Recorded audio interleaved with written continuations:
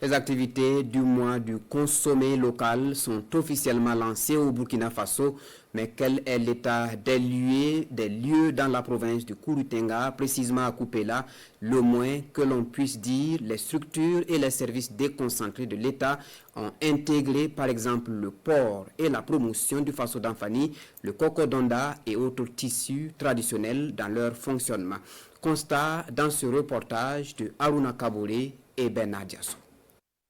À Koupéla, chef-lieu de la province du Kouri-Tenga, les structures décentralisées et services de l'administration publique ont adopté la politique du port et de la promotion du Faso d'Anfani, du cocodonda et autres tissus traditionnels. À cette rentrée administrative, la soixantaine de personnels des 13 services internes de la direction provinciale de l'éducation préscolaire, primaire et non formelle du Kouri-Tenga sont invités à arborer des tenues traditionnelles pour marquer le début de la rentrée scolaire 2024-2025. Je ne peux qu'exhorter le personnel enseignant. Nous sommes 2551 dans la province du Kouri-Tenga et je me dis que si chacun emporte, chacun sera, en ce qui le concerne, pour que le niveau qu'il soit, en tout cas un canal de promotion et surtout un canal d'éducation pour nos jeunes enfants à adhérer également vraiment à cette identité culturelle. À la direction provinciale en charge de la culture du Kouri-Tenga, structure directement impliquée dans la promotion du patrimoine culturel, des initiatives sont aussi développées pour la valorisation des productions locales. Nous nous sommes donné des habitudes et 3 fois dans la semaine, les jours ouvrables, nous faisons l'effort de valoriser notre identité culturelle par le port de ces habits à consommation endogène.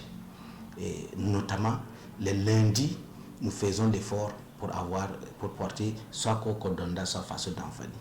Les mercredis également et les vendredis, les derniers jours de la semaine ouvrable. À travers des directives internes, le Haut-Commissariat de la province du Kouri-Tenga encourage les agents à porter des tenues traditionnelles lors des événements officiels et des réunions. Cette instruction est perçue comme une manière de renforcer l'image de l'administration publique en tant que vecteur de promotion du patrimoine culturel local. Tous les premiers lundis du mois, voilà, il est demandé à chacun de s'habiller en tenue traditionnelle pour la montée de couleurs.